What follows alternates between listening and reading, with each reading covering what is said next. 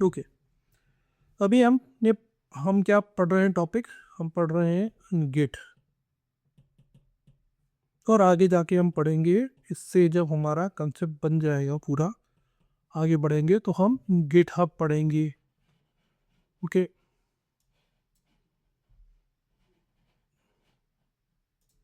ठीक है।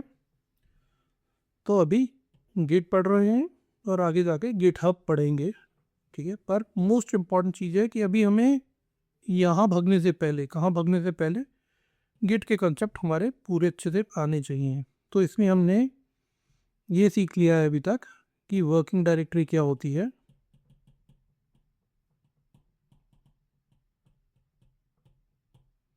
Staging area क्या होता है,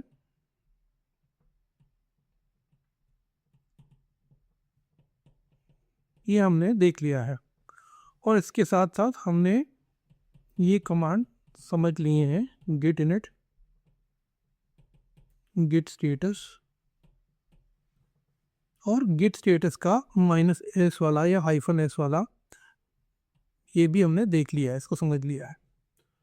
और अब हमने ये देख लिया है कि वर्किंग एरिया से, जो कि ये है हमारा वर्किंग एरिया, वर्किंग डायरेक्टरी कह रहा हूँ, शॉर्ट फॉर्म में लिख रहा हूँ, वर्किंग डायरेक्टरी से स्टेजिंग एरिया में ले जाने के लिए क्या तरीका होता है, ये हमने सीख लिया है।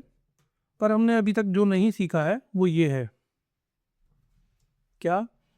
वो नहीं सीखा है कि स्टेजिंग एरिया से उसको आगे लेके जाना है कहाँ पर, रिपोजिटरी में। रिपोजिटरी मतलब जहाँ हमारा स्नैपशॉट बनेगा, राइट, वो हमने अभी नहीं सीखा है, और उस चीज़ के ऊपर आज हम फोकस करेंगे। तो पहले जो मैं थ्योरी करा रहा हूँ उसमें मैं एक्सप्लेन करूँगा कि क्या स्टेप्स होंगे, और फिर उसके बाद हम उसी को प्रैक्टिकल करके देखेंगे। ओके, तो शुरू करेंगे हम यहाँ पर अज्यूम करते हुए कि हमारी एक डायरेक्टरी है, और इसके अंदर मैं दो डायरेक्टरी बनाऊंगा। ये लिनक्स वाले कमांड होंगे, यहाँ पर गिट का कुछ नहीं काम। तो इस डायरेक्टरी के अंदर मैं लिनक्स कमांड का ऐसे mkdir से दो डायरेक्टरी बनाऊंगा, proj1 और proj2, ठीक है। तो ये दो डायरेक्टरी बनेंगी मेरी। ओके, डायरेक्टरी या विंडोज़ में जैसे अपन बोलते हैं फोल्डर्स, वो बनेंगे। फिर मैं proj1 के अंदर जाके काम करूँगा, proj2 को साइड में रख दूंगा। तो proj1 के अंदर जाके काम करूँगा। पहले इसके अंदर जाके मैं इसको रिपोजिटरी बनाऊंगा। रिपोजिटरी बनाने का तरीका क्या होता है, गिट इनिट। जब ये कर दिया तो ये proj1 जो है एक गिट रिपोजिटरी बन जाएगी, ठीक है। अगला काम मैं इसमें जाके करूँगा कि इसके अंदर एक फाइल बनाऊंगा, file1.txt के नाम से, file1.txt के नाम से बनाऊंगा। और इसके अंदर लिखूंगा क्या, x = 5। और इसको लिखने का तरीका क्या होगा, एक ही लाइन में हो जाएगा अकाउंट। ये हो जाएगा एको x = 5, और ऐसे रीडायरेक्ट करूँगा इसके अंदर file1.txt से। तो ऐसे file1.txt बन भी जाएगी और इसके अंदर x = 5 चला भी जाएगा, ठीक है। अगला काम हम यहाँ करेंगे क्या, कि यहाँ पर मैं कैट जो है लिनक्स कमांड है उससे देखूंगा कि file1.txt के अंदर क्या है, तो वो मेरे को दिखा देगा x = 5। इस तरीके से हमें पता चल जाएगा कि ये है, ठीक है, फाइल क्रिएट होगी। इसके बाद मैं यहाँ पर गिट स्टेटस करके एक बार चेक करूँगा कि क्या स्थिति है, तो वो मेरे को दिखा देगा कि ये जो file1.txt है वो अनट्रैक्ड है। क्या है, अनट्रैक्ड है, ठीक है। अगला काम मैं ये करूँगा कि मैं बोलूँगा गिट ऐड करके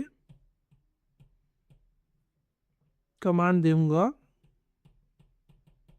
इससे जो मेरी फाइल है जो कि वर्किंग डायरेक्टरी में है, कहाँ पर थी, वर्किंग डायरेक्टरी में थी ना ये फाइल, file1.txt।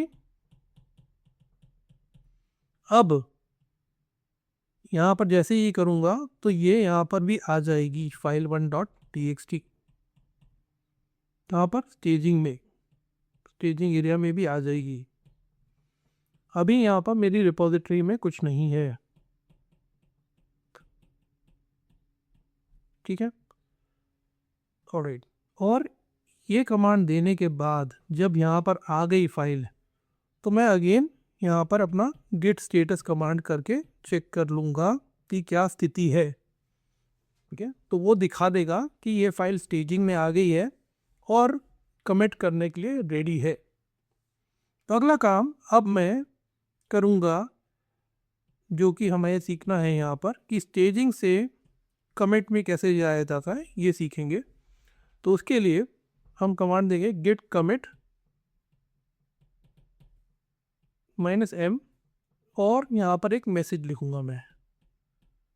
मैसेज मतलब कि क्या कर रहा हूँ मैं इस कमिट के अंदर, जो मैं रिपोजिटरी में डाल रहा हूँ उसके अंदर क्या जा रहा है, ये एक्सप्लेन करने के लिए एक मीनिंगफुल मैसेज डालूँगा यहाँ पर, ठीक है।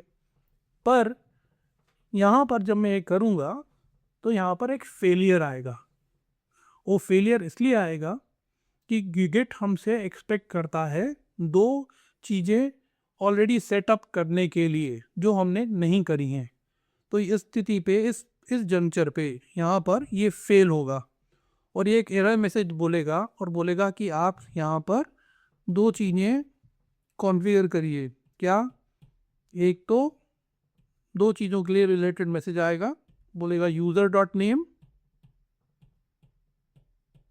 कॉन्फ़िगर करिए और यूज़र डॉट ईमेल कॉन्फ़िगर करिए।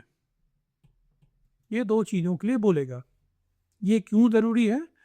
इसलिए कि गिट जानना चाहता है कि किस यूज़र ने, जिसका क्या ईमेल एड्रेस है, उसने कमिट किया है ये। तो वो जो भी कमिट हो रहा है उसको ट्रैक करने के लिए कि किस यूज़र ने किया है, इसलिए वो ये मानता है।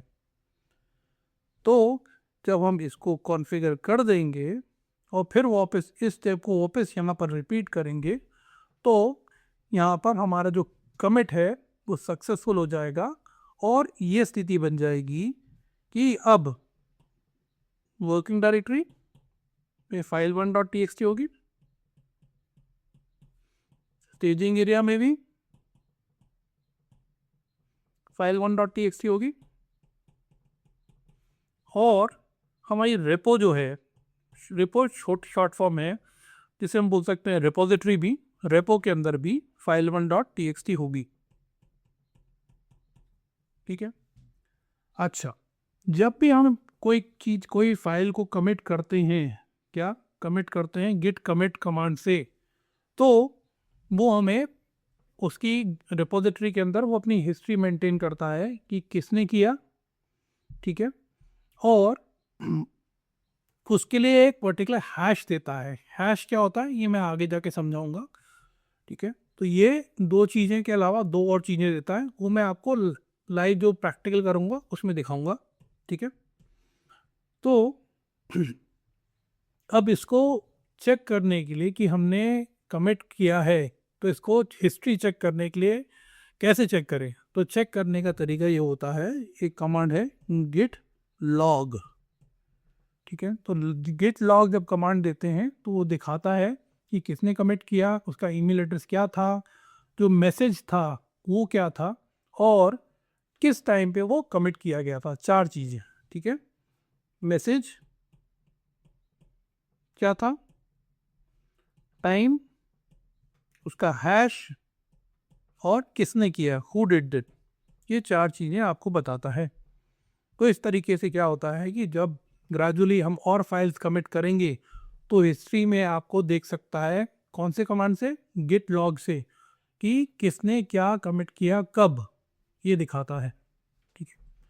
तो ये एक एस्पेक्ट हुआ जो कि हम तब देखेंगे यहाँ पर क्या हो रहा है। और इसके अलावा मैं आपको इस ये वाला जो कमांड है इसको कॉन्फ़िगर करने के लिए इसमें एक और कीवर्ड आता है ग्लोबल। वो कहाँ पर यूज़ होता है, उसका करने से क्या फ़ायदा है, इसका भी एक्सप्लेनेशन समझाऊंगा, ठीक है। तो अभी यहाँ पर जो थ्योरी सेशन था वो मेरा अभी कंक्लूड होता है, and now I will proceed towards the practical aspect of it. और मैं प्रैक्टिकल में मूव करने से पहले आपसे पूछना चाहता हूँ कि आपके कोई सवाल हैं क्या, या कोई कोई डाउट है आपको पूछना है? एनीवन?